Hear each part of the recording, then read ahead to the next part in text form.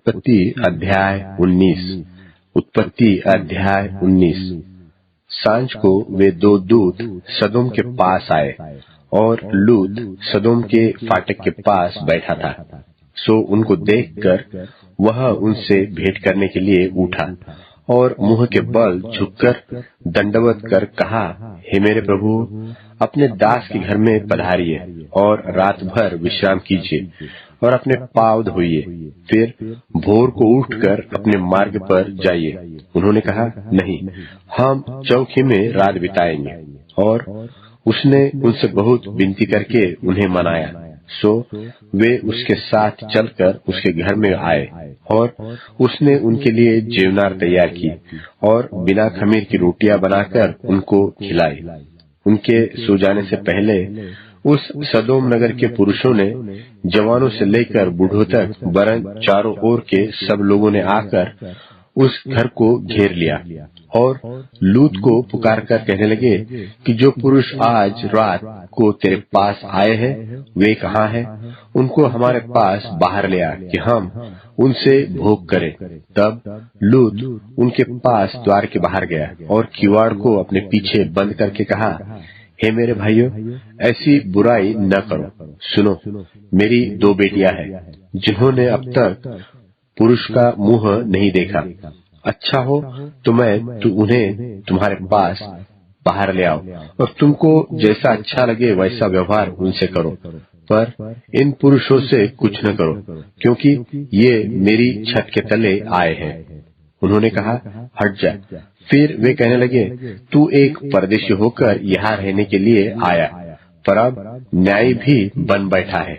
सो अब हम उनसे भी अधिक तेरे साथ बुराई करेंगे। और वे उस पुरुष लूत को बहुत दबाने लगे और किवाड़ तोड़ने के लिए निकट आए।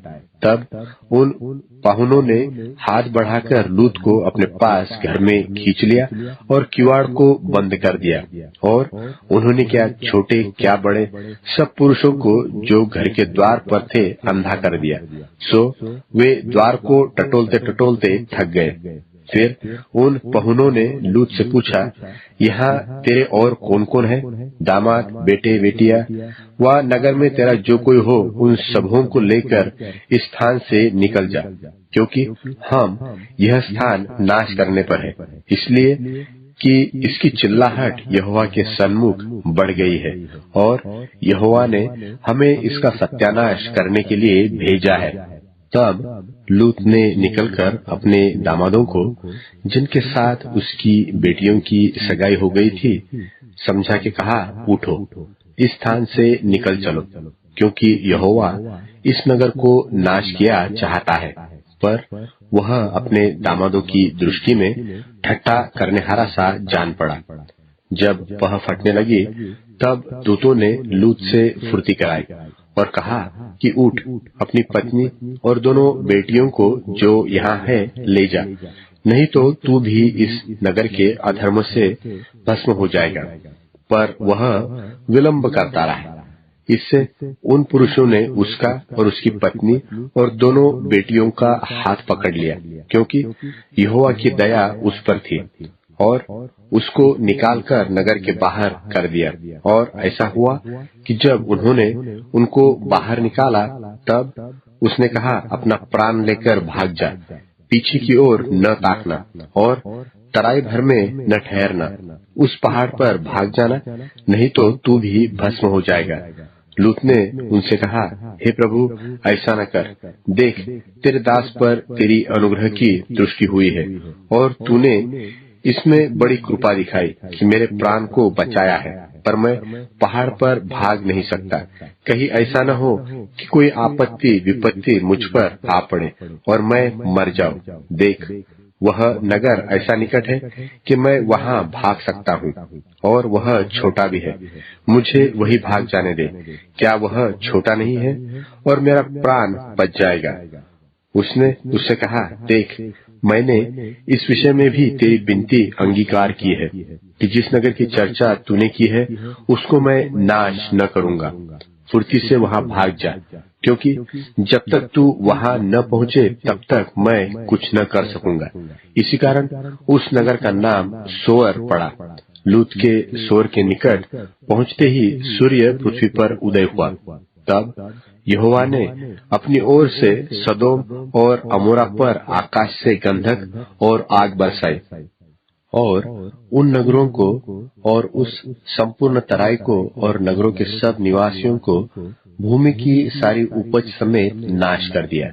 लूत की पत्नी ने, जो उसके पीछे थी, दृष्टि फेर के पीछे की ओर देखा और वह नमक का खंबा बन गई। भोर को इब्राहिम उठकर उस स्थान को गया जहां वह यहोवा के सन्मुख खड़ा था और सदोम और अमोरा और उस तराई के सारे देश की ओर आंख उठाकर क्या देखा कि उस देश में से धधकती हुई भट्टी का सा धुआं उठ रहा है।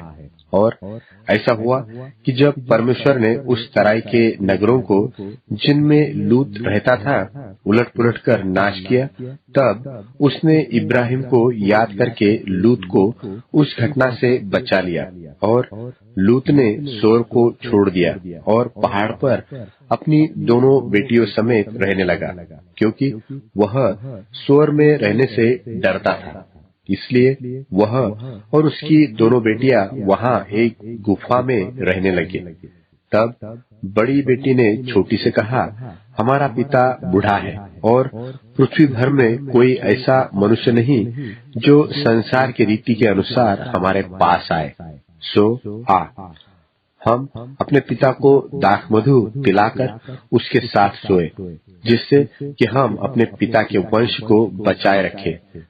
सो उन्होंने उसी दिन रात के समय अपने पिता को दाख मधु पिलाया। तब बड़ी बेटी जाकर अपने पिता के पास लेट गई, पर उसने न जाना कि वह कब लेटी और कब उठ गई। और ऐसा हुआ कि दूसरे दिन बड़ी ने छोटी से कहा, देख, कल रात को मैं अपने पिता के साथ सोई, सो आज भी रात को हम उसको दाख मधु पिलाए। तब तू जाकर उसके साथ सोना कि हम अपने पिता के द्वारा वंश उत्पन्न करें। सो उन्होंने उस दिन भी रात के समय अपने पिता को दाख मधु पिलाया और छोटी बेटी जाकर उसके पास लेट गई, पर उसको उसके भी सोने और उठने के समय का ज्ञान न था। इस प्रकार से लूत की दोनों बेटियां अपने पिता से गर्भवती हुई और बड़ी ने एक पुत्र को जन्म दिया। उसका नाम मोवाब था। वह मोवाब नाम जाति का, जो आज तक है, मूल पिता हुआ। और छोटी पुत्र भी एक पुत्र को जन्म दिया और उसका नाम बेनम्मी रखा। वह अम्मोन वंशियों का, जो आज तक है, मूल पिता हुआ।